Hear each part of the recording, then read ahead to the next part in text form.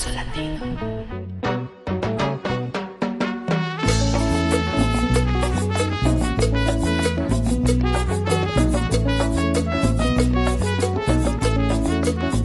Olá, ouvintes do Pulso Latino.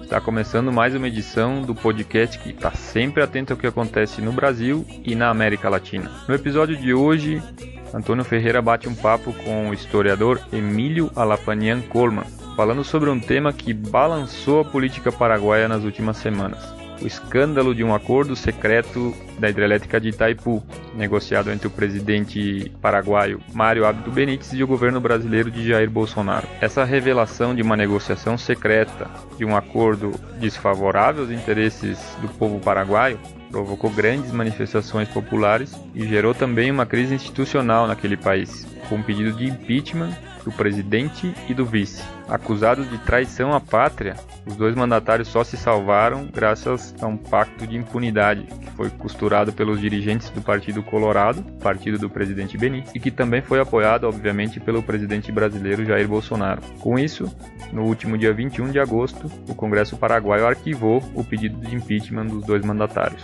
Nessa conversa gravada no dia 19 de agosto, Emílio Colman conta detalhes desse caso e também dá um panorama mais amplo da simetria histórica que existe entre os dois países. E no episódio de hoje também contamos com a participação da banda Sonido Chuli, que embala a nossa programação com o melhor da cumbia paraguaia. E a gente já começa com uma música que se chama La Voz de Mi Pueblo. Está no ar o Pulso Latino.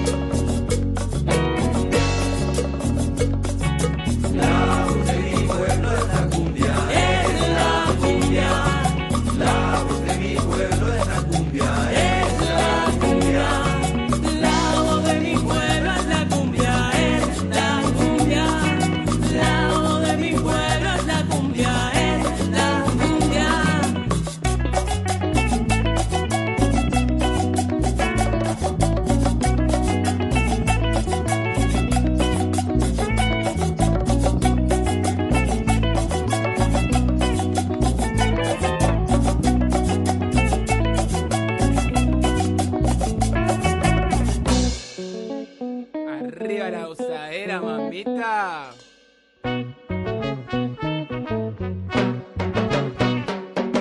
Del caluroso Caribe hasta la fría Patagonia, solo habla la cumbia, no se necesita otro idioma.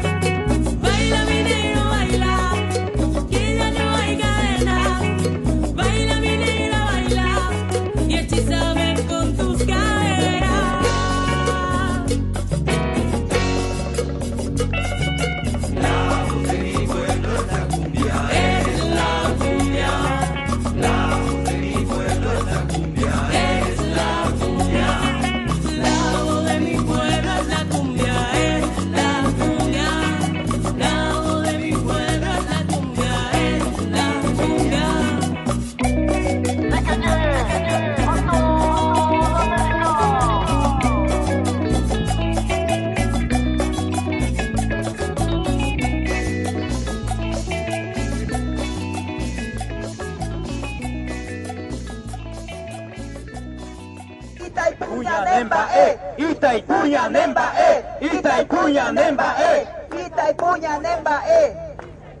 Por traición a la patria, juicio político ya al presidente, al vicepresidente y a todos los parlamentarios.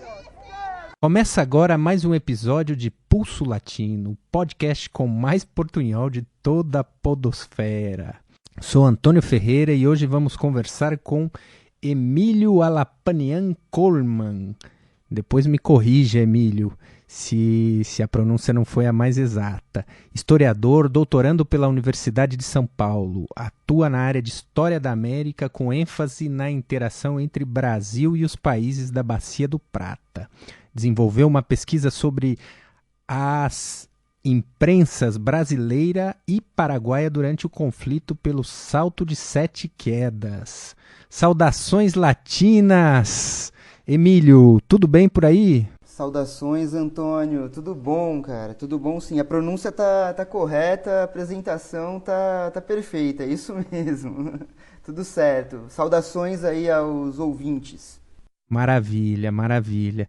Hoje nosso tema é um tema quente, um tema que tem sido abordado, me parece que não com a intensidade, né, necessária no âmbito da imprensa brasileira, né? Apesar de, digamos, nas últimas semanas, a Folha de São Paulo, os podcasts também, Café da Manhã da Folha de São Paulo, e muitos jornalistas, né, o Nassif é um deles, terem abordado a questão, né, da crise institucional e o juízo político contra o presidente do Paraguai. Me parece que há muitas arestas ainda, muitos temas que a gente precisa discutir com maior profundidade, há muito desconhecimento, as relações, né, da família Bolsonaro com as negociações, no caso, o envolvimento da empresa Leros, tudo isso a gente vai debater aqui com o nosso entrevistado, que é filho de paraguaio, estudou o processo de construção da usina de Itaipu, o prévio, né, o conflito territorial, depois ele pode me corrigir, e a ideia é a gente bater um papo, né, que vá além dessa discussão mais imediatista sobre o que está ocorrendo no Paraguai, que a gente possa fazer um percurso histórico e entender um pouco desse conflito que envolveu Sete Quedas, que remonta, acho que a Guerra do Paraguai, né? É, isso mesmo. A gente vai... Conta um pouquinho pra gente do seu trabalho. Não, sem dúvida. Antes, só fazer alguns comentários. Você falou muito da imprensa, né? E acho que é um vício de quem estudou esse tema pela imprensa, né? Então, quando começou a surgir a crise, né, no governo paraguaio no final de julho, eu fiquei apostando, né? Qual vai ser o primeiro jornal brasileiro que vai noticiar, né? Porque os jornais paraguaios já estavam com as suas capas ali já há alguns dias, né? E eu apostando, obviamente, no jornal no qual eu pesquisei, né? O Estado de São Paulo ficava dando F5, para atualizar ali a página inicial do Estadão e do Globo, né? Para vendo qual que ia ser primeiro. E não deu outra, né? O Estadão, como bom representante aí da burguesia paulista, saiu na frente, e tem coisas que a gente vai conversar sobre isso. Mas voltando para a apresentação, né, da pesquisa que eu pude desenvolver no mestrado, ela é uma pesquisa que, sim, é a partir da imprensa, mas que vai resgatar também como que a imprensa vai trabalhar com a identidade nacional. Tanto o jornal paraguaio que eu estudei, que é o La Tribuna, que é um jornal que já não existe mais desde a década de 80, quanto esse, né, o famoso Estadão, o jornal da família Mesquita, né? Mas sim, o problema de fronteira, que vai dar origem ao que eu chamei de o caso Sete Quedas, ele está ali, né, a sua origem está de fato ali no Tratado de Paz e Limites de 1872, né, o tratado depois da guerra. No Paraguai, e acredito que na historiografia argentina isso também já está bem consolidado, o nome usado é Guerra da Tríplice Aliança, às vezes Guerra da Tríplice Aliança contra o Paraguai, né? No Brasil ainda que a questão da Guerra do Paraguai que se fala, mas outro exemplo disso é que agora no sábado foi celebrado aí comemorado, né, não é bem uma comemoração, mas a batalha os 150 anos do que no Paraguai se chama de Batalha de Acostanhú, que por conta dessa batalha também é lembrado o Dia das Crianças no Paraguai, e no Brasil se conhece como a Batalha de Campo Grande. Então, o quadro do Pedro Américo tem todo ali no Museu Imperial e tudo mais. Mas a Batalha de Acostanhú, no Paraguai, o 16 de agosto, é conhecido como o Dia das Crianças porque foi a batalha onde, já no final da guerra, né, já em 1869, o exército, né, do Solano Lopes, que já não estava mais em Assunção, a Assunção já estava ocupada nesse momento, recruta então uma série de crianças e adolescentes para lutar nessa batalha, e o que acontece não é uma batalha, né? É um verdadeiro massacre, um dos episódios mais trágicos aí da Guerra da Tríplice Aliança. A gente pode conversar mais sobre isso também, e isso aparece bastante no meu trabalho, que eu trabalhei ali entre 63 e 66, que é justamente o centenário da Guerra da Tríplice Aliança, e um momento onde essa identidade nacional foi mobilizada para justamente fazer frente ao que naquele momento se considerava uma nova invasão do Brasil em território paraguaio, né? Então tem todas essas camadas aí para a gente discutir. Claro, claro. É um tema que mexe com o sentimento nacional de uma forma muito forte, né? Com a identidade nacional paraguaia de uma forma muito forte, né? Exatamente. A partir desse momento, né, no momento em que surge o projeto unilateral, e é bom que isso seja dito, né, que ele é um projeto unilateral brasileiro. A usina hidrelétrica, né, ou o futuro desenvolvimento do Paraguai, que a usina hidrelétrica iria gerar, ele passa a integrar essa identidade nacional. Essa identidade nacional ela é reinterpretada, né? A identidade nacional está sempre em reinterpretação. Naquele momento, a usina hidrelétrica passa a ser um símbolo e vai se tornar um símbolo posteriormente construído, né? O Brasil, por exemplo, não tem, né, uma usina hidrelétrica nas notas como um símbolo nacional. Itaipu é um símbolo nacional de outra ordem para o Paraguai. E isso ajuda um pouco a gente a explicar o tamanho da crise e o porquê, né, e a força dessas manifestações aí atuais, né? Mas explica um pouquinho para a gente entender, né? O que eu li, o que eu pesquisando a pauta aqui para a gente construir o episódio, o que me parece, as fronteiras da Guerra da Tríplice Aliança, conhecida no Brasil erroneamente como Guerra do Paraguai, né? Elas não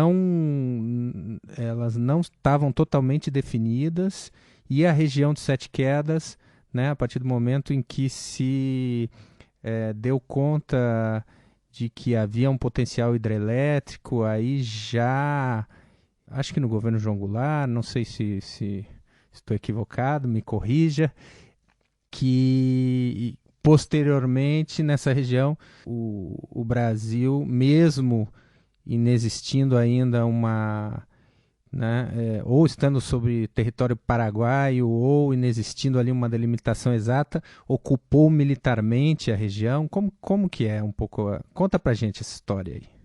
Tá certo. É um pouco por aí mesmo. Você estava entendendo bem. Acontece o seguinte: o Tratado de Limites ele delimitava a linha fronteiriça entre o Brasil e o Paraguai pelo Rio Paraná, né? Então ia, né, ao norte, né, ao leste do Paraguai, fazendo fronteira com o Brasil pelo Rio Paraná até o Salto Grande de Sete Quedas. Quando chegava no Salto Grande de Sete Quedas, a linha seguia a oeste na direção do cume da Serra do Maracaju. Inclusive o Almir Sater tem uma música muito bonita sobre a Serra do Maracaju, né? Recomendo aos ouvintes. Você lembra o nome da música? Serra do Maracaju, muito bonita. Serra do Maracaju, tá? A gente vai colocar nos links do episódio. Isso.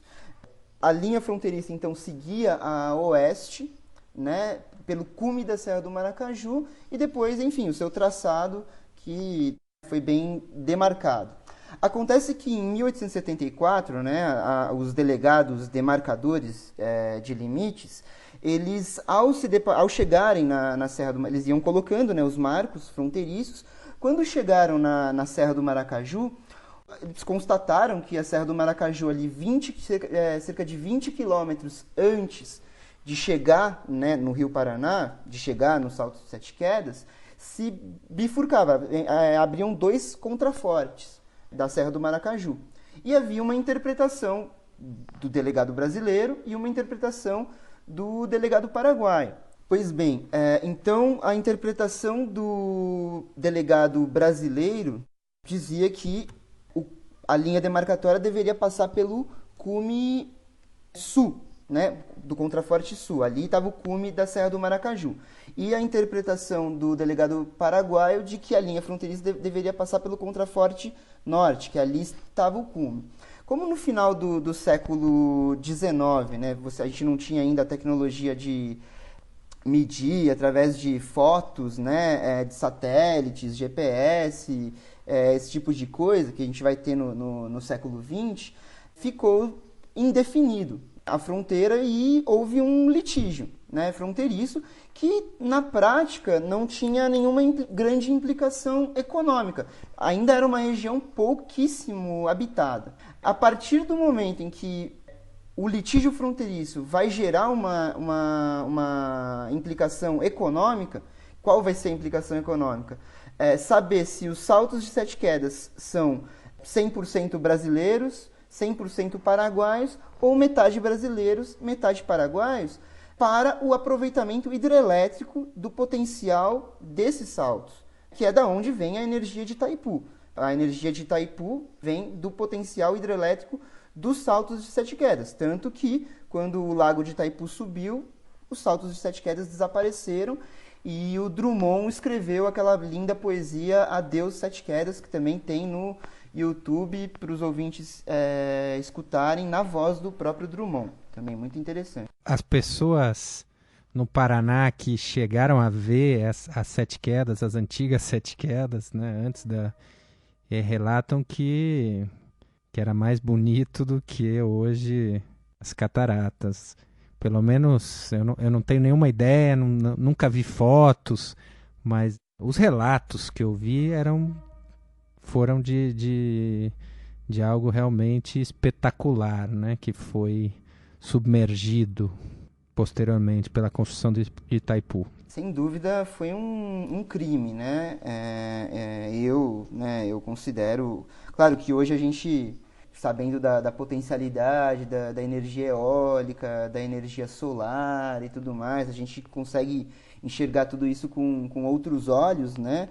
Mas a beleza, né, Sete Quedas era além de movimentar a economia de Guaíra e de Salto do Guairá, né, para o turismo, né, era de uma beleza natural equiparável aí às cataratas do Iguaçu. Mas é interessante também, isso eu consegui nos arquivos aí, fuçando, né, um relato do André Rebouças, do engenheiro André Rebouças, né, no final do século XIX, que ele já sinalizava que um dos dois conjuntos de cachoeiras poderia ser utilizado para um aproveitamento hidrelétrico, ainda que não houvesse tecnologia para fazer isso no final do século XIX, ali com Sete Quedas, e outro seria utilizado como um símbolo nacional, assim como o Parque de Yellowstone era utilizado nos Estados Unidos. Ele vai comentar que os americanos vão no 4 de julho, celebrar o 4 de julho no Parque de Yellowstone, e isso deveria ser feito com essas belezas naturais aqui do oeste do Paraná, né? Então já tem ali no final do século XIX uma ideia do que no século XX vai se concretizar, né? Uma dessas belezas naturais vai ser morta aí pelo progresso industrial e outra vai continuar se tornando um símbolo, hoje, né, um símbolo explorado pelo turismo aí na mão de empresas privadas, inclusive, né? Claro, um tema que me instigou lendo também foi, e aí já avançando um pouco na nossa pauta, primeiramente Getúlio, né, que eu acho que se articulou, né, visitou Assunção, já tinha uma perspectiva, não sei se tinha ainda a clareza do potencial hidrelétrico, mas me surpreendeu essa coisa do Goulart, né, que o projeto de Itaipu, pelo que eu entendi, aí me corrija se eu estiver errado, e a percepção inicial, o passo inicial foi dado pelo governo Goulart e posteriormente assumido pelos militares. É isso mesmo? Então, essa é uma das questões chaves aí que eu discuto na dissertação, né, na pesquisa, que sim, ele é um projeto ali daquele período mesmo, do desenvolvimentismo. Mas para entender isso, a gente tem que retomar o governo Juscelino Kubitschek, né, o governo JK, que é ali onde se iniciam os estudos que vão dar no projeto Sete Quedas. E aí entra um personagem muito interessante dessa história e posteriormente, né, que é o embaixador José Jobim. Isso está no livro do professor Amado Luiz Cervo, né, lá de Brasília. Ele que foi assassinado, ou supostamente assassinado? Supostamente não, foi reconhecido, inclusive em 2017, foi o último reconhecimento da Comissão da Verdade. O José Jobim foi assassinado em 82, isso mesmo, governo do general Figueiredo.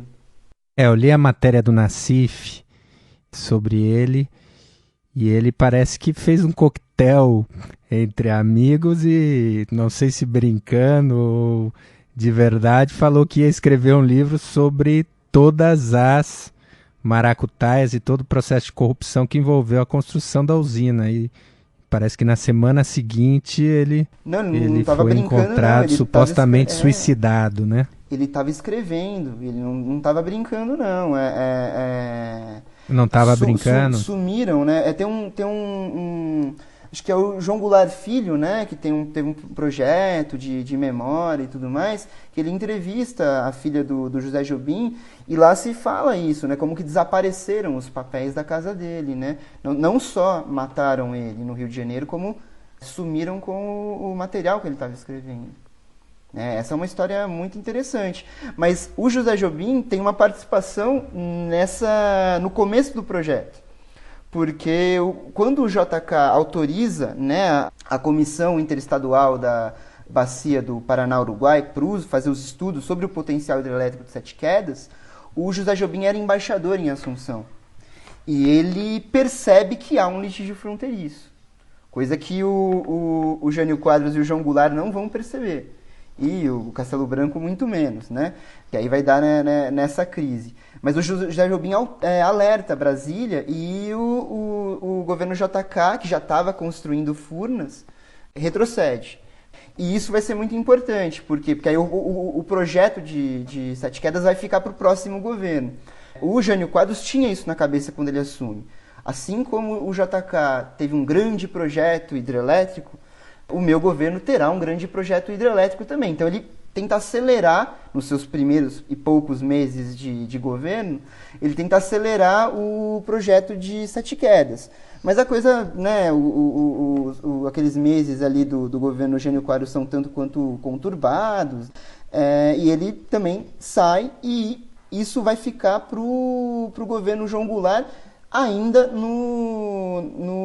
na nossa breve experiência parlamentarista, né? Então é o gabinete Tancredo Neves que vai contratar o escritório do engenheiro Otávio Marcondes Ferraz, que é quem propõe, né, quem apresenta o primeiro projeto de uma usina hidrelétrica, e é daí que o Paraguai fica sabendo pelo Jornal do Brasil, e essa um dos grandes motivos aí da explosão, né, nacionalista e da campanha nacionalista contra o Brasil nesse momento. O Paraguai fica sabendo pelo jornal carioca, né, que o Brasil está querendo construir uma usina na sua fronteira.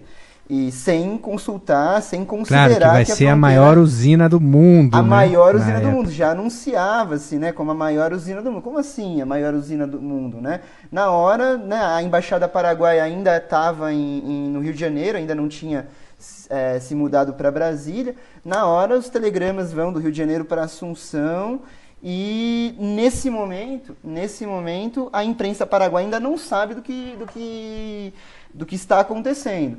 No ano seguinte, ela passa a saber o que está acontecendo, quando também o próprio João Goulart vai anunciar esse projeto no 7 de setembro de 1963, quando a coisa já está esquentando, o parlamentarismo já caiu, né? Ele já tinha ganhado no começo do ano o plebiscito, né? E aí o projeto deslancha.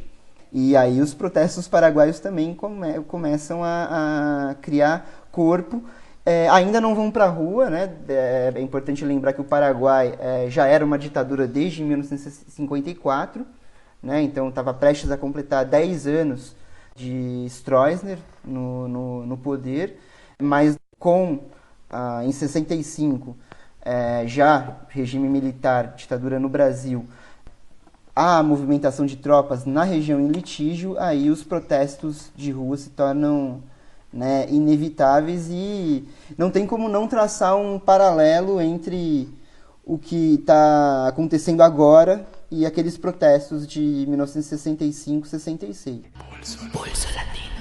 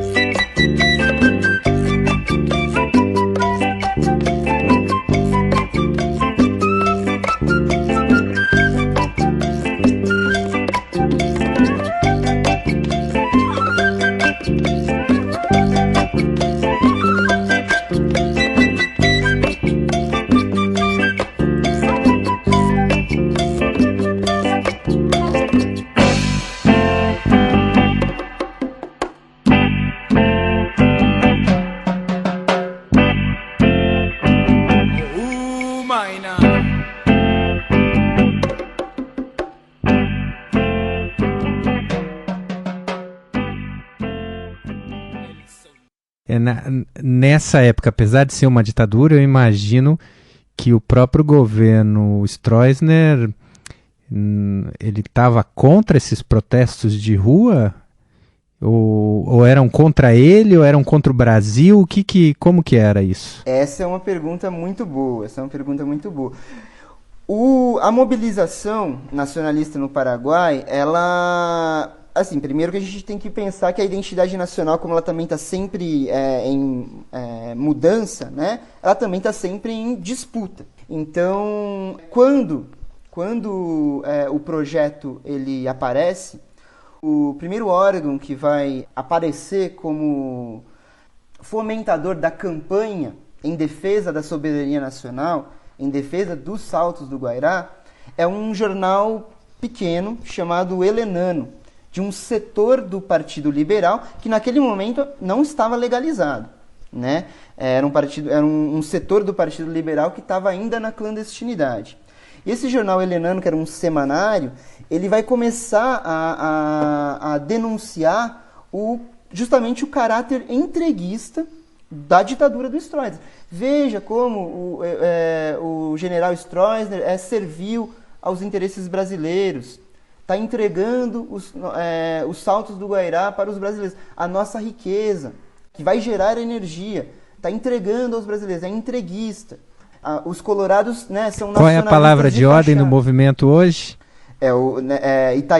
Itaipu Neném-Baê, né? Itaipu é coisa nossa. Por quê? Porque considera-se também que o Marito está tendo uma postura entreguista em relação ao Brasil. E são figuras, são imagens que são mobilizadas, né, ao longo do tempo, né, na história paraguaia, na história política paraguaia. A ideia do legionário também é outra imagem. Tem um historiador paraguaio, o Cláudio Fuentes Armadanz, também que trabalhou como que a figura do legionário, que é o paraguaio que lutou na Legião Paraguaia, que era um destacamento do exército argentino, contra Solano Lopes, como que essa figura vai ser usada como anátema na história política paraguaia ao longo do século XX. Então a coisa do entreguista é muito forte também. Então você vê, esse jornal lá na crise dos Saltos de Guairá acusava o Stroessner de entreguista, e agora também, né, o movimento acusa o Marito, né, o governo atual paraguaio, de ser entreguista. Claro, vende pátria. Vende pátria. Não, são um governo de vende pátrias, né? A questão né, há de fato uma submissão ao interesse brasileiro? Da minha perspectiva, né? Há de fato, né? Então isso pode ser atestado, inclusive pelas mensagens de WhatsApp que o Marito trocou aí com o ex-diretor da ANDI, né?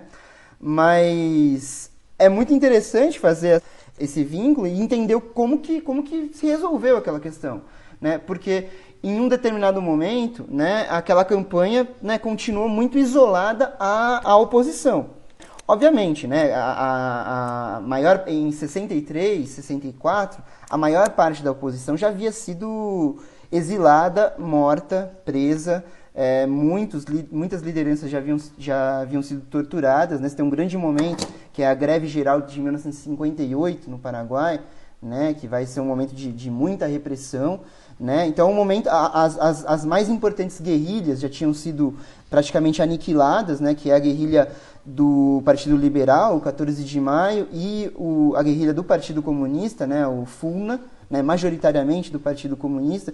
Os setores mais progressistas do Partido Colorado já estavam todos exilados também, né, o Movimento Popular Colorado. Então, eram poucas as figuras ainda da oposição que estavam dentro do Paraguai. Mas essas poucas figuras vão começar a fomentar esse movimento que é inicialmente em defesa da soberania nacional, mas contra a ditadura. Quando surge a agressão brasileira, né, quando as tropas brasileiras da 5ª Companhia de Fronteira de Guaíra entram na área em litígio, ocupam a área em litígio, aí o movimento toma uma grande proporção, né, e começa a ser reprimido pela ditadura. São muito interessantes as charges que o Helenano vai desenhar, né? Que mostra, né, o nacionalismo colorado, que aperta a mão dos brasileiros, né? Deixa as tropas brasileiras aqui, mas bate nos verdadeiros defensores da nação paraguaia que protestam contra, né, esse ataque à nossa soberania. Claro, quando a gente vê hoje a amizade colorida, né, a amizade do Bolsonaro e Benítez, e também dos filhos, né? Essa relação é uma coisa assustadora, como as relações privadas se sobrepõem ao interesse, na realidade, de dois povos que deveriam ser soberanos, né? E, Emílio, seguindo a nossa discussão, eu queria saber um pouco. Eu andei lendo um texto do Gustavo Codas, queria que também você nos contasse um pouco dessa importante personalidade paraguaia, que discutia uma diferença fundamental entre a Ata do Iguaçu e depois o Tratado de Itaipu, né? Sob o ponto de vista, digamos, da forma de divisão da energia que seria produzida já posteriormente por Itaipu, né? No caso da Ata do Iguaçu, acho que foi antes da construção, seria, né, a forma de divisão desse potencial hidrelétrico que depois viria a ser consolidado quando da construção da usina. Porque, pelo que eu entendi, na Ata do Iguaçu haveria uma discussão sobre comércio justo da energia, a forma de divisão igualitária entre os países, enquanto posteriormente no Tratado de Iguaçu se criou um sistema de cessão de energia que acaba sendo prejudicial ao Paraguai. Inclusive, né, um texto aqui que eu vou colocar para os ouvintes depois poderem linkar, que coloca que boa parte da produção de energia do Paraguai é encaminhada de forma num preço muito abaixo do preço de mercado, posteriormente para subsidiar o desenvolvimento industrial de São Paulo, da burguesia paulista. Então a gente podia entrar um pouco nesse conflito, né, nessa discussão sobre como se regulou, como se deu o processo de construção e também como se regulou essa divisão da energia com a construção da hidrelétrica de Itaipu. Muito bem, Antônio. Eu acho que esse é o assunto central, né? Mais até do que o que está por trás aí da atual crise e, de certa forma, o que também motiva o interesse pela crise que vai preceder a Ata do Iguaçu. Mas antes, né, acho que é importante que a gente lembre, né, afinal, há exatamente uma semana atrás, o Gustavo Codas Friedman, né, que foi um diretor da hidrelétrica de Itaipu, né, do lado paraguaio, ele nos deixou e era uma das pessoas que mais dominava o tema, né, e que mais lutava não só, né, pela soberania energética do Paraguai, mas também pelos trabalhadores paraguaios, pelos trabalhadores brasileiros. Ele foi assessor de relações internacionais aqui da CUT. Ele faleceu aqui em São Paulo, né, ele morava aqui. E é um nome importante na militância de esquerda, não só do Paraguai, mas de toda a América Latina, né? Sem dúvidas, ele era um nome, né, uma das autoridades, né, quando se trata desse tema.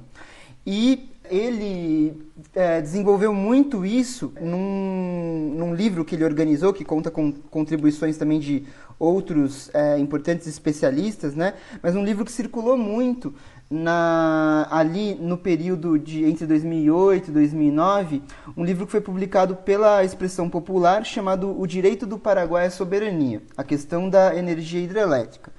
Esse livro, acho que todo mundo aí da militância já esbarrou com ele em alguma banquinha.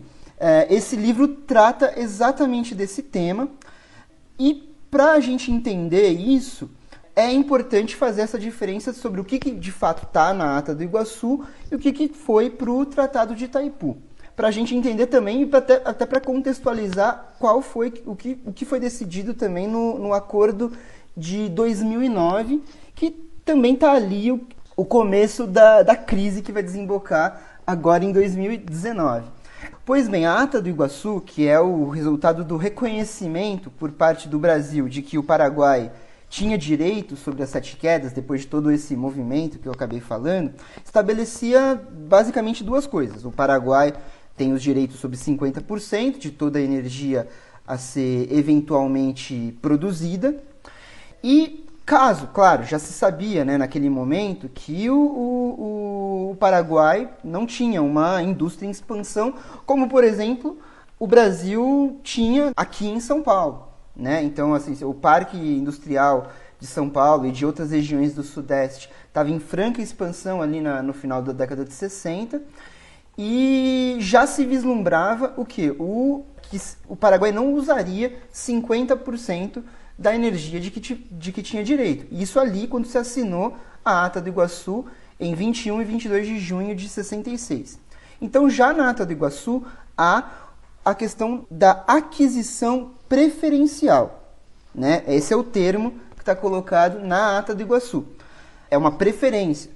O Brasil ou o Paraguai tem preferência sobre a energia que não for utilizada por uma das partes.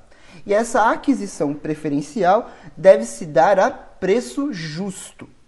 Esse é o termo, a Ata do Iguaçu, né? É a preço justo.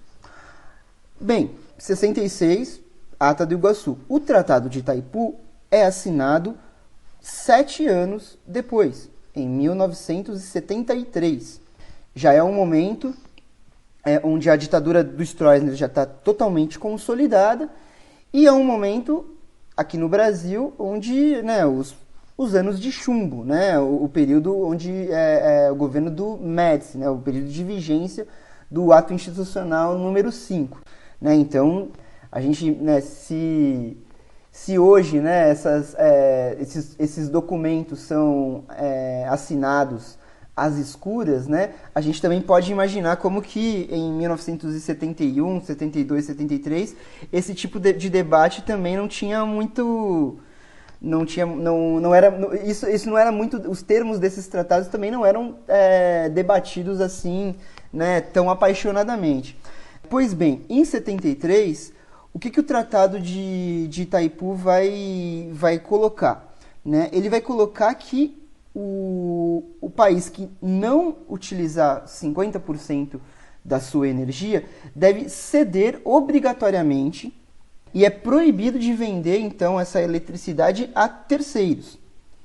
Essa cessão não é uma venda a preço justo, não é uma aquisição preferencial a preço justo. Então, o Tratado de Itaipu ele já... né, não respeita, por exemplo, aqueles termos colocados na Ata do Iguaçu. E essa cessão é dada por um preço da produção, não é um preço de mercado. Uma pesquisa recente, que é a do Miguel Carter, que circulou bastante no começo do ano, vai colocar que o preço, né, de mercado ele é 8 vezes maior do que o preço do qual o Paraguai vende para o Brasil. E faz um cálculo dos milhões de dólares que o Paraguai deixou de ganhar com esses termos do Tratado de Itaipu. Então, essa é uma questão do tratado. Mas o tratado ainda tem outras questões. Claro, tudo isso tem a ver com a construção de Itaipu e o pagamento de uma dívida de que no caso, né, o Paraguai teria que pagar ao Brasil em 50 anos através desses termos. E só poderá renegociar o preço dessa energia a ser vendida agora em 2023. Claro, pelo que eu entendi, é uma parte do tratado, que seria o anexo C, que trata especificamente do preço que tem previsão de renegociação, né? Mas o resto do tratado como um todo já coloca uma série de desigualdades, né, que colocam o Brasil numa posição privilegiada.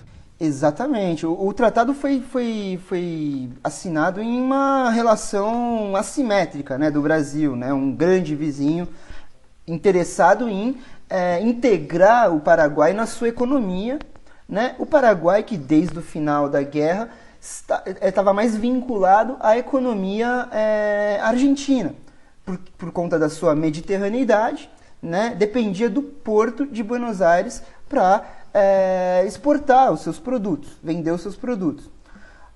A partir sobretudo do governo JK, que a gente tem, entre outras coisas, a construção da Ponte da Amizade e da rodovia que vai ligar ali Foz do Iguaçu até Paranaguá, o Brasil joga pesado para colocar o Paraguai sob a sua influência.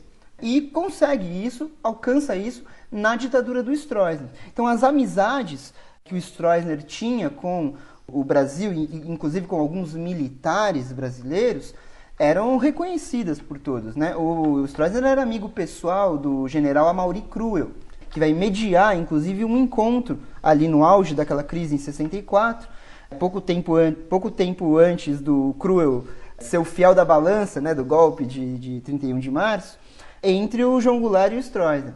Pois bem, há essa aproximação do Paraguai ao Brasil, mas é uma aproximação totalmente assimétrica, né? Onde os interesses brasileiros eles vão pesar muito mais, né? Se na Ata do Iguaçu isso não ficou tão evidente, a minha hipótese, né, que eu tento demonstrar na dissertação é por conta da mobilização nacionalista, né, da mobilização da identidade nacional, da imagem do Brasil que possivelmente ficaria arranhada caso o caso fosse uma arbitragem internacional, que é uma possibilidade que ainda não está totalmente descartada agora em 2023.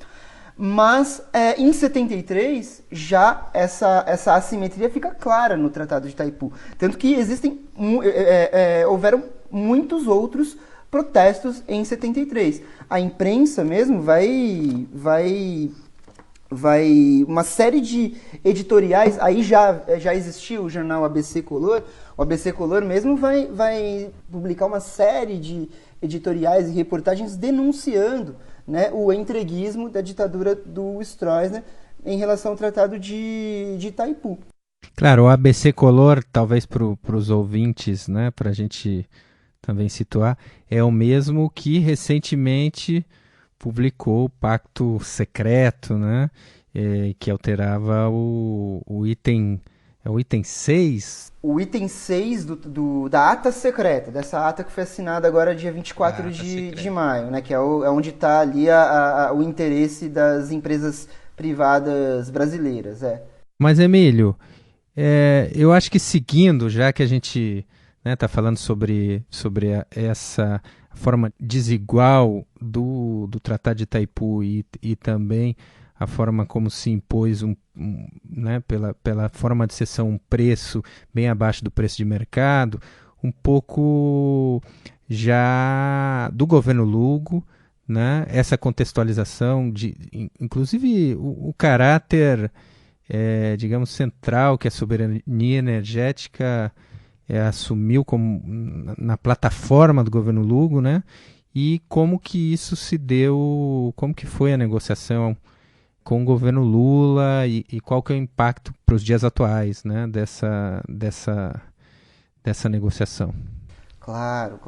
Olha, antes, acho que era necessário a gente clarear um pouco mais dois pontos fundamentais também do Tratado de Itaipu que não estão no anexo C, ou seja, que não existe nenhuma possibilidade deles serem revistos. Um é a blindagem jurídica do Tratado de Itaipu, né, que a supranacionalidade, o fato de ser uma empresa binacional, protege a empresa de possíveis auditorias. Por exemplo, o Congresso Paraguaio já tentou 2 vezes uma auditoria que foram barradas essas 2 vezes pela Suprema Corte Paraguaia. Então, Itaipu nunca teve suas contas auditadas. A gente lembrou aí do episódio do embaixador José Jobim, é um caso de corrupção clássico da ditadura militar, né? Um dos mais conhecidos, né? Mas que nunca se investigou, e justamente o caráter, a blindagem jurídica que o tratado dá à empresa impossibilita isso. E a outra coisa é um ponto que está no artigo 18 do tratado, do corpo mesmo do tratado, que é a possibilidade de unilateralmente uma das partes fazer cumprir o tratado com atos unilaterais, o que inclui intervenção militar. Isso não está descartado, o tratado ele abre essa possibilidade. Então são coisas que não estão estão assim no debate, na discussão, mas que podem aparecer nesse momento e já aparecem nas bandeiras desses movimentos atuais, que é a anulação do Tratado de Itaipu para 2023, inclusive. Claro, você falou em exercício militar, só vou te interromper um segundinho, porque depois eu esqueço.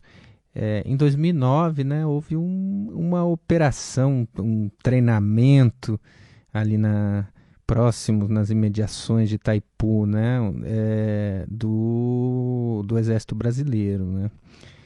Não é uma coincidência, né, digamos, que haja esse tipo de manobra, ainda que como treinamento. É uma área altamente militarizada. Eu morei, 2 anos, agora, os 2 últimos anos em Foz do Iguaçu, e eu presenciei ele, porque a gente tem o 34º Batalhão de Infantaria Montada, com anfíbios e tudo mais. Eu presenciei treinamentos, de saídas do quartel até Itaipu. Então, isso é bem recorrente ali na fronteira. É uma região... uma usina hidrelétrica é uma área estratégica, e qualquer um que já entrou em Itaipu entende o nível de vigilância, entende o nível de controle que você tem ali dentro, justamente por ser altamente estratégico. Boa parte da energia que abastece a indústria mesmo aqui de São Paulo sai de lá. Então a gente... Com essas brechas, que o tratado abre, a gente pode pensar a importância do que está para acontecer em 2023 e de como também que esse silêncio da imprensa brasileira, que trata essa crise aí com muito cuidado, diz sobre os interesses que estão por trás, ou mesmo das próprias falas do presidente Bolsonaro durante essa crise. Claro, mas você ia seguir com Lugo. Isso. Mas bem, que você fez a pergunta sobre 2008, 2009, e as negociações, que vão dar em 2009 no Tratado Lula-Lugo. E é muito legal porque isso tem a ver com a minha própria trajetória aí como jovem pesquisador. Eu estava ainda na graduação, nessa época, lá na UEL, na Universidade Estadual de Londrina, e numa dessas viagens para visitar a família e tudo mais, acredito que era 2008, 2008 para 2009, era o primeiro ano, do Lugo, e eu pude perceber, assim, o clima, que foi colocado ali pela própria eleição do Lugo, que colocou a bandeira da soberania energética como a sua principal bandeira, E de fato houve uma mobilização nacionalista, se colocou em pauta algo que não se colocava há muito tempo. Até porque, para a memória do Paraguai pós-ditadura ali, o governo, principalmente o governo ali, o Asmozzi, que foi o engenheiro Asmozzi foi um diretor de Itaipu e firmou acordos com o nosso presidente Fernando Henrique Cardoso, que também foram acordos muito desfavoráveis, que aumentaram a dívida que o Paraguai tinha com Itaipu. Então isso estava muito forte na memória do Paraguai, e o Lugo soube colocar isso como uma bandeira e não à toa ganhou a eleição. Foi o primeiro presidente não colorado em décadas, desde 1948, desde 1948 que todos os presidentes eram colorados, e em 2008 finalmente teve um presidente que não era do Partido Colorado. Pois bem, essa bandeira foi muito importante e resultou daí uma série de publicações. O ABC Color ele vai republicar todos os seus editoriais num grande livro, organizado aí pelo Efraim Henriques Gamon, que também depois vai ser diretor de Itaipu. E nas livrarias, lá na Praça Uruguaia, no centro de Assunção, uma série de novas publicações sobre o tema surgiram. E eu ainda, né, procurando temas, né, para minha iniciação científica e tudo mais, acabei me encantando com essa discussão, acabei vendo a importância, né, o peso que os paraguaios davam para esse debate e como que isso não era discutido no Brasil, simplesmente não se colocava. Nesse momento, o Lula, que já havia começado com o governo colorado anterior, que era o governo do Nicanor Duarte, a discutir novos termos na relação, porque 2007, que é o ano que antecede a eleição do Lugo, o Lula também faz um novo acordo com o Paraguai, dessa vez com o Nicanor. Esse acordo tem a ver com a instalação das últimas turbinas de Itaipu, que na prática o Paraguai não tinha a demanda de energia para a instalação de novas turbinas. O Brasil tinha essa demanda. Então, como o Lula força a instalação dessas novas turbinas, o Nicanor tenta então aproveitar novos termos nessa negociação. E o Lula meio que entende, né, a necessidade de se iniciar uma longa discussão que culminaria agora, em 2023, com a renegociação dos termos do anexo C, mas também com a renegociação do tratado, né, em si. Pois bem, esse novo espírito, né, de política externa, né, que aí pode chamar de política altiva e ativa, enfim, chamem, né, como quiserem, mas que vai reconhecer, né, o quanto que, de fato, o Brasil já ganhou com o Tratado de Itaipu, né, com esses termos que a gente falou agora há pouco, e vai permitir que o Paraguai possa comprar a maior parte da energia agora excedente, porque com a instalação da potência máxima, vai haver, acontece em alguns períodos, de se produzir uma energia excedente. Então, a maior parte dessa energia excedente, o Paraguai, então, compraria sem o preço, sem o custo dos juros da dívida que está atrelada à energia garantida, né, a dos 50% e 50%. Então, o Paraguai compra uma energia mais barata, que é justamente o reconhecimento de que há necessidade do Paraguai desenvolver, inclusive, a sua indústria. E são novos termos que o Lula abre já nesse acordo com o Nicanor em 2007, mas que são potencializados aí com o acordo do Lula e Lugo em 2009. Aí sim, já um acordo em que o Paraguai tenta se apresentar como uma nova postura, né? No blog do Gustavo Codas, né, ele relata, né, uma reunião em que o vice-chanceler paraguaio, Jorge Lara Castro, fala, né, pro interlocutor, que no caso era o ministro de Minas e Energia, Edson Lobão, que é o seguinte: nós agora temos esse novo governo é diferente de todos os outros governos paraguaios com que vocês lidaram, né? E o ministro Edson Lobão, do PMDB, se eu não estou enganado, fala para ele, e o nosso governo brasileiro é igual nos últimos 500 anos, né? E aí isso marca, assim, né? Isso está no blog do Gustavo Codas, né? Que mesmo com uma nova postura do governo Lula, da política externa altiva e ativa, não foi fácil para o Paraguai conseguir esse acordo em 2009. Mas é um acordo muito importante, porque ele vai tirar do papel do anexo C do Tratado de Itaipu algumas obras que permitiriam, algumas linhas de transmissão específicas até Assunção, que permitiriam a instalação de determinadas máquinas de indústria, né? Ou seja, o desenvolvimento da indústria.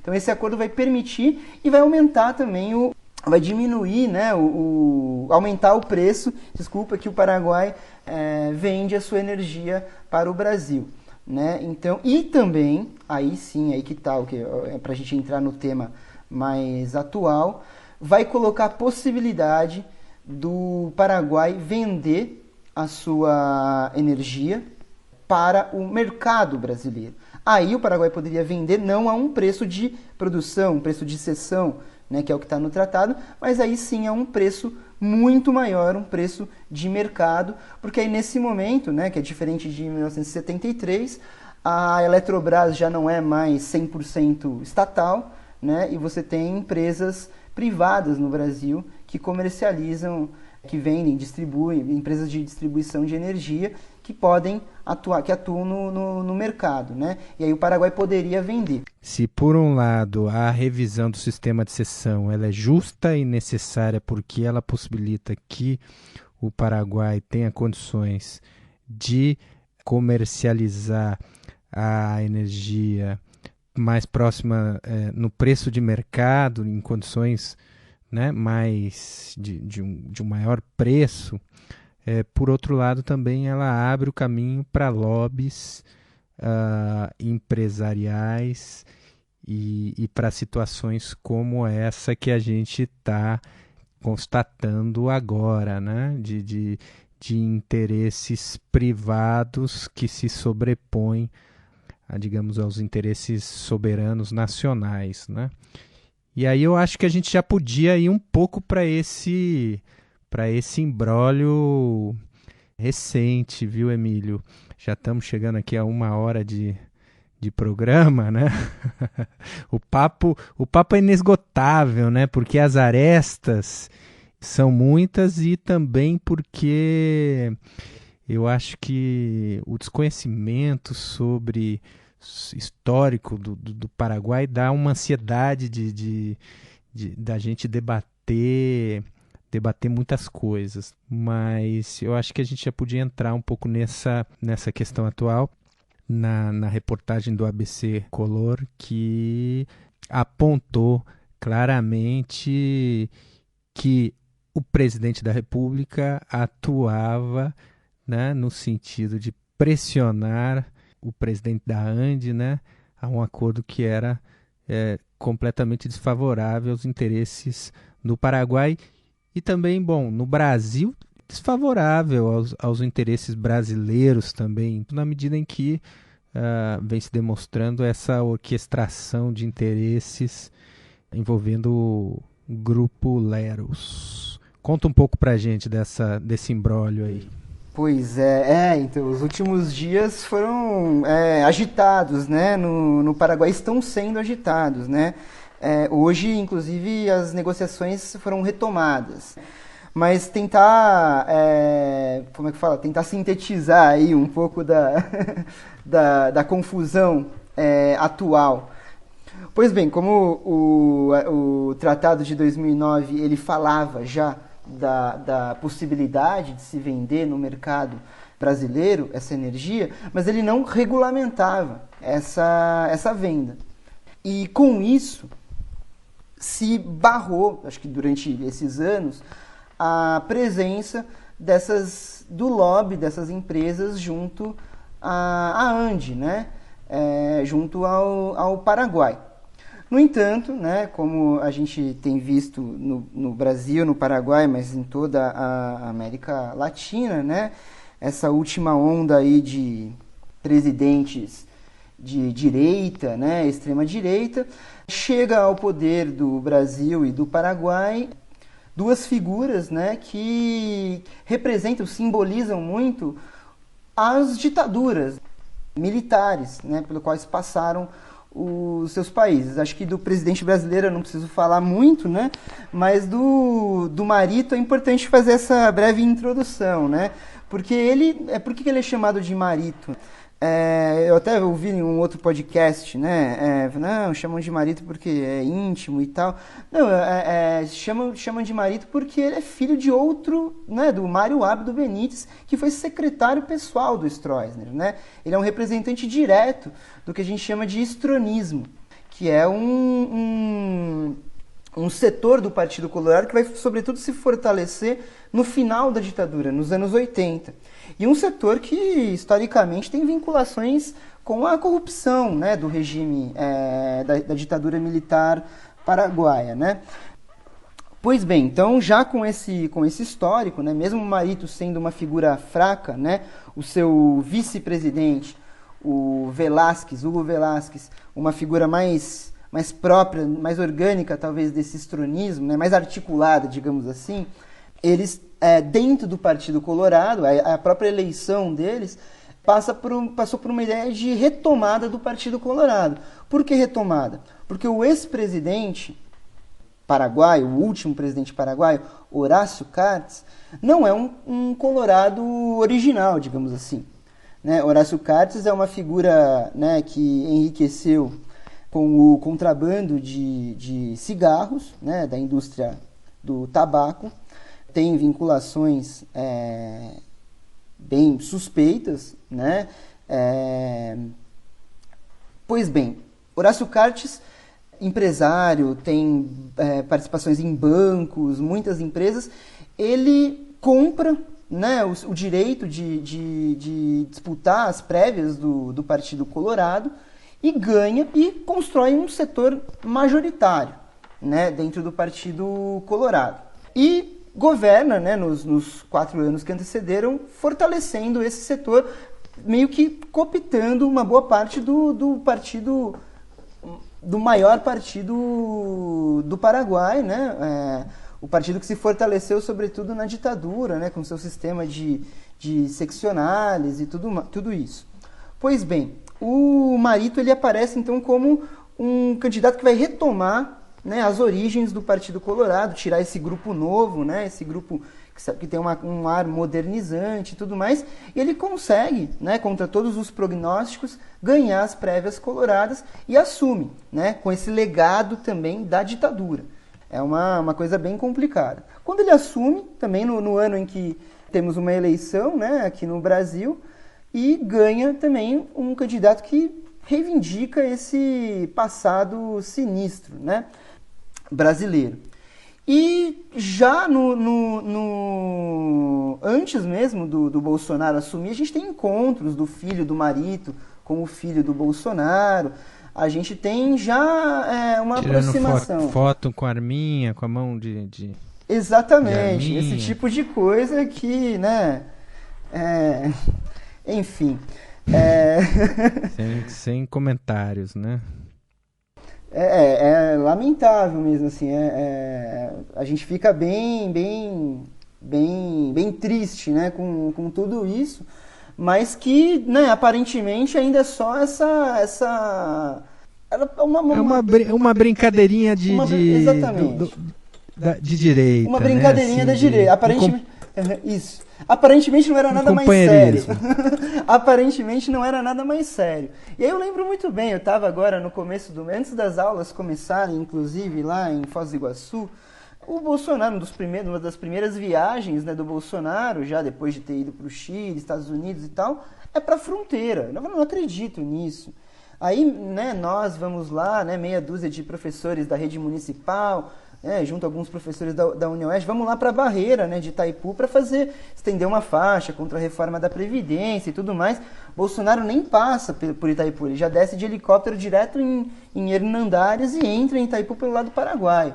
Ele anuncia, foi nessa ocasião que ele elogiou o Stroessner publicamente, algo que pegou super mal também, né? Mas aparentemente parecia uma brincadeirinha. Meses depois, Marito vai para Brasília e tudo mais, né? É algo muito estranho, né? Se anuncia a construção da segunda ponte, ali que vai ligar o bairro ali do Porto Meira, em Foz do Iguaçu, né? Uma região mais para o sul de Foz do Iguaçu, a cidade de Presidente Franco, também, que é outra cidade importante ali da fronteira, né, se anuncia essa ponte, mas aparentemente, né, tá tudo dentro dos conformes. Até que no final de julho, né, último mês, né, de julho, dia 25 de julho, o presidente da ANDE renuncia, né, o engenheiro Pedro Ferreira renuncia, né, ao seu cargo e joga no ventilador, né? Já com toda a pompa e cerimônia, né? E aos olhos de toda a imprensa paraguaia e aos poucos, agora aos olhos da imprensa brasileira, um acordo que estava sendo feito às escuras, né? Que tinha sido assinado em 24 de maio, mas que não estava entrando em vigor justamente por conta do corpo técnico da ANDE né, que é a Eletrobras paraguaia, né, a empresa que administra, né, Itaipu, o corpo técnico que administra Itaipu Paraguaia, estava resistindo à implementação desses termos, né, dos termos do tratado. Do tratado não, da ata bilateral de maio de 2019, que aumentava o preço da energia que Itaipu, que a ANDE compraria de Itaipu, o que levaria imediatamente, se fosse cumprido, a um aumento da conta de luz dos paraguaios. Na hora, só com isso, só com essas informações, a mobilização nacionalista já tomou ali as ruas, né? Tinha concentrações ali em frente à ANDE. Eu vi imagens de cocidos, né? Cocido é uma bebida, mate cocido, né? Acho que os brasileiros não têm, né, muito a familiaridade, né? Mas cocidos nacionais, né? Distribuídos gratuitamente nas praças, enquanto se tocavam músicas paraguaias em defesa à soberania, né, do Paraguai e tudo mais. Festivais, verdadeiros festivais nacionalistas que vão ganhar aí cada vez mais força, enquanto a imprensa começa a descobrir cada vez mais novas informações, novos personagens, e a oposição protocola um pedido de impeachment por traição à pátria de Marito, né? Os termos que prejudicavam o Paraguai do próprio tratado já seriam suficientes para traição à pátria, né? E o Horácio Cartes, por isso que eu fiz essa introdução, sinaliza, o grupo do Horácio Cartes, que apesar de ter perdido as prévias coloradas, tinha o maior número de congressistas, sinaliza que vai aderir ao pedido de impeachment. Ou seja, tá dado, vai cair. Com isso, né, a coisa começa a repercutir mais forte aqui no Brasil. E tem uma fala muito não é do próprio Bolsonaro, ele não fala isso publicamente, mas o chanceler, o Ernesto Araújo, chega a falar, olha, Bolsonaro falou que a prioridade é manter o Mário Abdo Benítez na presidência. Com isso, Paraguai e Brasil voltam atrás no acordo, anulam o acordo do dia 24 de maio. Aí, pensando, né, que a crise ia acabar, aí começam a aparecer mensagens de WhatsApp e aparecem figuras ligadas aí ao próprio Bolsonaro na negociação dessa ata. Aí por volta aí de março, abril e maio, havia o advogado do vice-presidente paraguaio, Claro, é o suplente de senador. Nesse caso o advogado brasileiro, né? O suplente de senador Alexandre Giordano, que ele é o suplente do Major Olímpio, líder do PSL no Senado. Mas antes disso, dessa viagem, porque quem estava intermediando a relação era o advogado do vice-presidente paraguaio, né, o Hugo Velásquez, que em mensagens do WhatsApp fala assim, ó, eu estou falando em nome, eu estou em contato aqui com representantes da família presidencial. Parece monarquia, né, o negócio.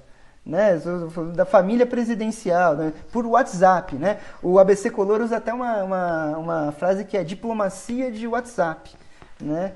Diplomacia de WhatsApp, assim.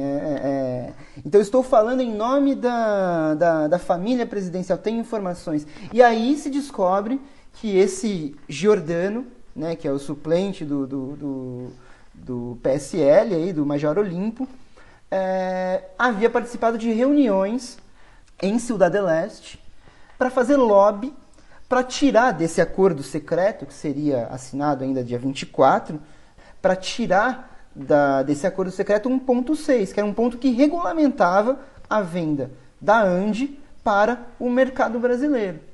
E também, e aí essa acho que é a hipótese do Gustavo Codas, que eu tendo a concordar, também fazia um lobby ali para que um acordo, uma espécie de acordo informal fosse feito entre a ANDE e essa empresa Leros, né, no qual ele era um dos representantes. Então, enfim, se isso não é uma corrupção, né, transnacional, eu não sei o que é, né? Eu acho que esses fatos, eles, ao invés de diminuírem a mobilização, eles aumentaram a mobilização, né? Em Ciudad del Este, a ponte foi fechada mais de uma vez depois da ATAS ter sido anulada, né? Com repressão, cavalaria, bomba de gás lacrimogêneo. Enfim, escolas foram ocupadas na semana passada em Assunção.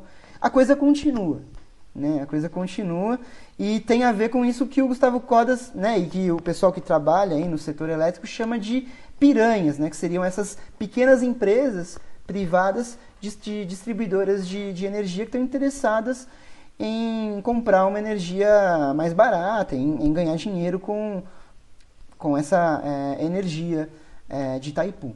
E o Major Olímpio, na realidade, tem relações diretas tanto com Eduardo Bolsonaro, com Bolsonaro. Inclusive, há uma questão específica, né, da disputa pelo controle do Diretório de São Paulo do PSL, entre o Major Olímpio e o Alexandre Frota, e o Alexandre Frota perdeu, né? acabou saindo, né, perdendo nesse conflito, né, com a sua expulsão, para a gente ter uma ideia dos meandros, né, onde chegam os meandros desses conchavos que infelizmente não estão sendo divulgados com a amplitude necessária na imprensa brasileira, além de todos os escândalos envolvendo a família Bolsonaro, desde o Queiroz até a questão das ligações, né, com paramilitares no Rio de Janeiro, com as chamadas milícias, a milícia do Rio das Pedras, tudo isso. Agora nós temos uma situação séria que deve ser investigada a fundo, que envolve a questão da soberania energética do Brasil, que envolve um sequestro da coisa pública para fins totalmente escusos. O deputado do PSOL, Glauber Braga, né, indagou na Comissão de Relações Exteriores o Eduardo Bolsonaro sobre o tema. A resposta do Eduardo Bolsonaro foi um silêncio completo sobre as relações específicas com a família, né, do presidente paraguaio e a empresa Leros. É imprescindível, né, até como uma forma de solidariedade ao povo paraguaio, a luta que os paraguaios estão, né, travando nesse momento por soberania política e soberania energética e por autodeterminação, que os setores progressistas, que a esquerda, os setores republicanos, enfim, que no Brasil também se trate de difundir esse tema, de dar a maior publicidade possível para essa situação gravíssima, né? Claro que a gente, diante das recorrentes, das quase diárias situações absurdas e falas do presidente, a gente acaba banalizando muito, né, a ponto de quase se perder a dimensão daquilo que é o centro do debate político e daquilo que deve ser, né, colocado como prioridade. Essa é uma das estratégias dessa batalha, dessa forma de atuar, né, do Bolsonaro, que talvez ele tenha trazido do Trump, né, nos Estados Unidos. A gente discute cada bobagem que ele fala e muitas vezes deixamos de entrar nos temas centrais, né? Discutir a reforma previdenciária e, nesse caso, discutir a questão do Paraguai, que é essencial mesmo. E aí volto naquela questão, comentava de uma marcha, né, que tive a oportunidade em Buenos Aires de acompanhar, da coletividade paraguaia, em frente à Embaixada do Paraguai, e o sentimento como brasileiro, e tive a oportunidade inclusive de falar, porque estava militando, né, com a organização que faz parte aqui, uma organização migrante, o Coletivo Passarinho, e falar em nome do Coletivo Passarinho, solidarizando-me, levando, né, esse apoio, essa solidariedade para a luta dos paraguaios. E é muito difícil, porque realmente a sensação que dava naquele momento é uma sensação de vergonha, né? Uma sensação de profunda vergonha. E essa incapacidade de se discutir o tema, né, e de dar a devida importância para essa situação no Brasil é algo que tem que nos envergonhar também, né? Não pode ser que um acordo que tenha tamanha, né, um acordo escuso, secreto, que tenha tamanha importância para a soberania de ambos os países, né, não seja um tema público central, né? Então, e essa conversa aqui, Emílio, já é muito importante mesmo, pela possibilidade, a abertura que a gente tem para discutir esse tema. Agora, seguindo um pouco, né, já para a gente pensar em encerrando, vamos dar um panorama para a gente dessa possibilidade do juízo político, de como está a sociedade paraguaia, se você vê, né, um pouco dos movimentos sociais, da oposição, da Frente Iguaçu, né, como você vê essa possibilidade e também a correlação de forças. Me parece que na Câmara a oposição, o governo tem maioria, mas no Senado não. Enfim, um pouco desse mapa. Poderia contar um pouco para a gente? Claro. Não, acho que você tocou em questões muito, muito importantes, né? Sim, o Bolsonaro ele faz essa cortina de fumaça, mas nesse ponto, né, você mesmo colocou o silêncio do Eduardo Bolsonaro quando questionado. E o próprio silêncio do próprio Bolsonaro ao tratar do tema, né? Com muito mais cuidado, o que demonstra que é uma questão muito séria. Eu lembro que no começo da questão eu não entendia, mas não tem um senador da oposição brasileira para levantar a questão, para levantar uma CPI e tudo, mas eu ficava assim sem entender mesmo a coisa. Acho que parte muito do desconhecimento que a gente tem, claro, sobre a América Latina em geral, mas sobre o Paraguai principalmente, que é um vizinho importante e, por conta desse ponto de Itaipu, um vizinho altamente estratégico, né? Altamente estratégico e se a coisa não estourar aqui nesse momento, vai estourar lá na frente. E no Paraguai já está estourando. E aí tentar entrar nessa sua última pergunta sobre como que a coisa está, como que eu vejo a sociedade paraguaia nesse momento. Eu acho que a sociedade paraguaia nesse momento está extremamente mobilizada, como eu falei, com o recuo do Itamaraty e da chancelaria paraguaia nessa questão da ata bilateral. Esperava-se, né, pelo menos essa era a esperança do Marito, esperava-se que a mobilização fosse esfriar, né? O que não aconteceu. Acho que a imprensa tem um papel fundamental, né, ao expor todas essas negociatas, e a imprensa brasileira teria um papel fundamental, mas não dá para, né, contar também com o Estadão, não dá para contar com a Folha de São Paulo. Acho que é importante que os órgãos mesmo da própria esquerda, dos próprios movimentos, né, façam esse papel, né, de denúncia, né? E acho que é um pouco esse papel que a gente está cumprindo aqui, né? De mostrar, de elucidar um pouco essa questão. Lá no Paraguai, a imprensa está mobilizada e mobilizando isso também, mas os movimentos também estão fazendo a sua parte. Você tem junto com essa só para ficar num dos jornais, né, o jornal Última Hora, né, logo que estourou o tema, né, de Itaipu, começou a publicar uma série de reportagens de ocupações de terras por parte de grandes latifundiários brasileiros né, transnacionais, os famosos brasiguaios, né, que são fazendeiros da soja, que têm propriedades também no Mato Grosso do Sul, também no oeste do Paraná e também no outro lado da fronteira, no Paraguai, ocupando regiões que pertencem à empresa binacional Itaipu. Algo que no Brasil não acontece, mas que no Paraguai acontece. Já se planta soja dentro da propriedade de Itaipu. Não deveria ser proibido. Então há uma questão da terra, que é a questão fundamental no Paraguai, e os movimentos lá, de fato, estão colocando essa questão, né? Estão colocando essa Claro, questão. o golpe contra Lugo, a questão central foi a questão fundiária, né?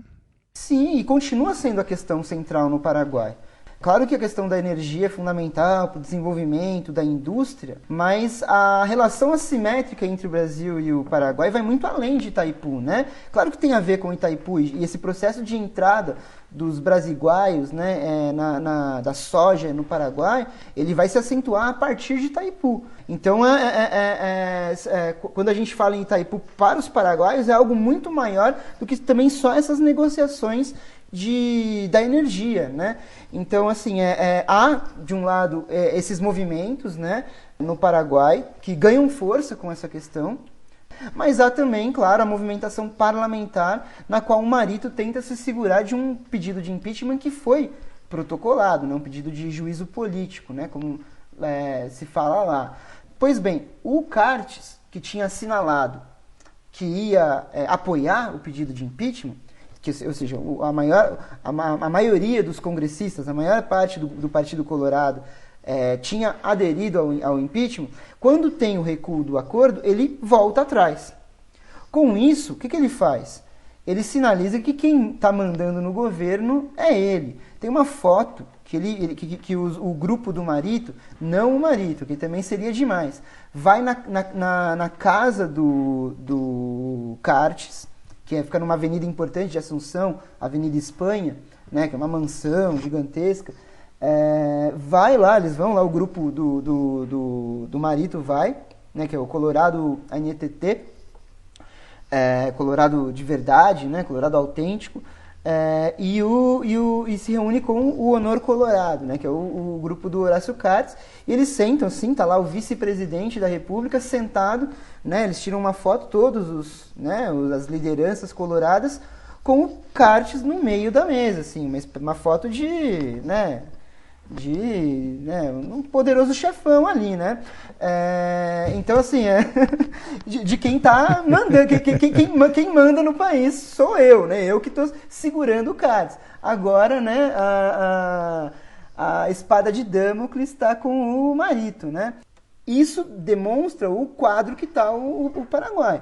Né, o Cartes que sinaliza que vai apoiar o impeachment volta atrás, também não significa que ele não possa novamente ser o fiel da balança e derrubar o Marito. E aí a gente sabe que é possível que parte da oposição assuma a presidência, porque o pedido de impeachment é contra o Marito e contra o vice, né, que está, né, pessoalmente implicado nessas negociatas. Parte da esquerda tá nessas mobilizações, mas parte da população paraguaia também vê com um pouco de pé atrás todas essas negociatas, essas disputas de poder entre colorados, né? O Partido Liberal, que é o maior partido de oposição, também não goza do mesmo, né, da mesma confiança.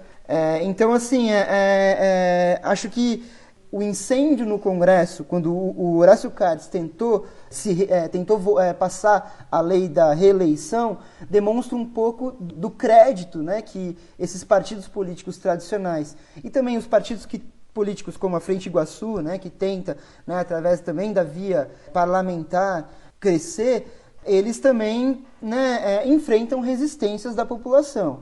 Claro, porque no caso houve um acordo entre o Lugo e o Carter, né? Porque o Lugo também via uma possibilidade na aprovação da emenda dele poder voltar a ser presidente, né? Isso foi em 2017, Isso foi em 2017. Faz muito pouco tempo, Então, assim, botaram fogo no Congresso. Então, assim, é um pouco esse o ânimo, né? Parte dos movimentos sociais do Paraguai aposta sobretudo, né, no acirramento dessa questão para colocar em xeque algumas questões centrais, que é, por exemplo, a questão fundiária no Paraguai, né? Isso eu vejo com muito bons olhos, e com muita esperança, né, que de fato essa crise consiga fortalecer esses movimentos, né, e consiga questionar aí a questão da terra, que é a questão fundamental, né, no Paraguai e no Brasil também, né? Certeza, certeza. Emílio, acho que a gente já pode ir encerrando. Você tem alguma, né, se quiser colocar uma questão, alguma colocação final, alguma questão que não foi abordada, que você acha importante para a gente ir fechando? Pedir desculpas aí ao ouvinte aí, se às vezes eu falo um pouco rápido, né, que devido aí a temática a gente se anima, né, um pouco, né, não sei se eu acabei me atropelando, falando, né. Não, foi excelente, um episódio já vai ficar para os anais do Pulso Latino aqui, episódio fundamental. Mas agradecer, né, a oportunidade aí, que você, Antônio, né, mandar um abraço também pro Wesley, né, Venâncio, que lá de Londrina a gente chamava ele de Wesley. Mandar um abraço aí pro pessoal todo e fazer um apelo mesmo para os ouvintes, né, que se interessaram aí pela temática, né, que busquem mesmo entender melhor essa relação, né, assimétrica que o Brasil tem com seus vizinhos, né, o Paraguai, né, a Bolívia, são questões fundamentais para a gente entender o lugar do nosso país na América Latina, né? Então, agradecer a oportunidade de estar falando, de estar conversando, de estar refletindo com vocês, né? E espero que a gente possa se encontrar aí em outras oportunidades. Não, essa é só um primeiro episódio, né, sobre o Paraguai. A gente temos que discutir a questão agrária no Paraguai, que você bem colocou. Temos que discutir a questão, né, dos mercados, da relação entre mercados legais e ilegais e de como uma parte da burguesia brasileira ou de setores econômicos utilizam do Paraguai, né, por exemplo, no caso da transferência de uma parte da indústria de fumo, né, que eram mercados legais no Brasil, a partir de um determinado momento vão para o Paraguai e depois isso volta em forma de contrabando, enfim, são relações complexas que a gente tem que avançar. A maquila na América Latina, né, não só no Paraguai, né, mas... Claro. É interessante. Tem muitos temas aí, muitos temas para a gente... Saudações latinas, Emílio, um grande abraço. E como que é mesmo? Itaipu é nossa? Como em Guarani? Itaipu Nhandembaê. De novo. Itaipu Nhandembaê. Outra saudações latinas pra saudações. Un gusto muy grande poder tenerte acá hablando con nosotros. Ya tenemos un episodio histórico. Gracias. Fuerte abrazo.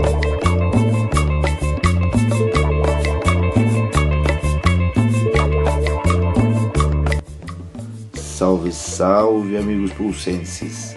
Eu sou o Rodrigo Artson e chegou o momento do nosso Saludos Latinos. Nessa última semana, muita gente bacana nos escreveu, comentando os programas, elogiando o nosso trabalho, fazendo críticas e comentários diversos. A Joana Salem, por exemplo, nos escreveu no Facebook. Olá, equipe do Pulso Latino, parabéns pela iniciativa. Conheci o programa semana passada e estou adorando. Criar conteúdos latino-americanistas para brasileiros é cada vez mais fundamental. Me identifico com o programa e fico feliz em compartilhar horizontes com vocês. Bom, gente, a Joana é historiadora e doutoranda da USP. Entre outras coisas, ela sugere 2 livros para ajudar a pensar a América Latina hoje. Um deles foi escrito por ela, baseado na sua tese de mestrado, que se chama História Agrária da Revolução Cubana, Dilemas do Socialismo na Periferia. E também coorganizou o livro coletivo Cuba no Século XXI, Dilemas da Revolução. Os links dos 2 livros vão estar na descrição desse podcast. Salve, salve, Joana. Muito obrigado pela indicação e pelo carinho. Bom, já na podosfera, outra indicação foi feita, dessa vez pelas meninas do podcast Pretas na Rede, que lembraram da gente e indicaram o nosso programa para o Marcelo D2. O Marcelo estava buscando indicações de podcasts, que coisa mais linda, valeu Pretas, valeu pela indicação e pela parceria de sempre. Bom, já pelo Twitter, o Fernando Pinto também indicou o nosso Pulso Latino. Acabei de ouvir esse episódio de Pulso Latino e é um bom meio de acompanhar essa eleição argentina, porque é feito por gente que mora lá. Bom, valeu demais, Fernando. A nossa ideia é conseguir fazer uma boa cobertura das eleições argentinas, trazendo os temas que a gente considere mais relevante. Valeu.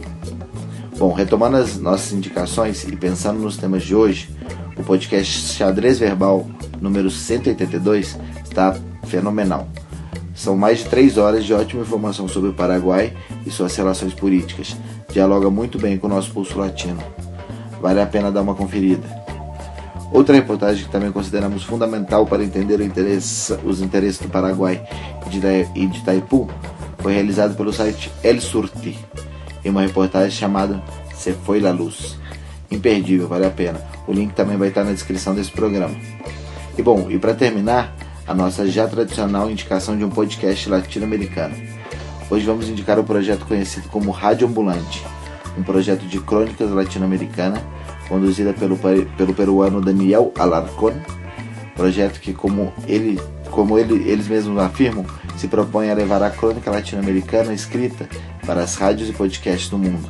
Um projeto feito por gente de toda a Latinoamérica e que vale muito a pena seguir. Fica a dica. Bom, gente, para mergulhar nos temas do episódio, dê uma olhada na descrição completa disponibilizada no seu agregador. Nós sempre colocamos dicas de livros, filmes e artigos que ajudam a entender o tema. Siga a gente no Twitter, no Instagram, curta a página do Pulso Latino, o podcast no Facebook, mande um e-mail pra gente, o e-mail é pulsolatinocast@gmail.com. Saudações latinas e até o próximo episódio de Pulso Latino.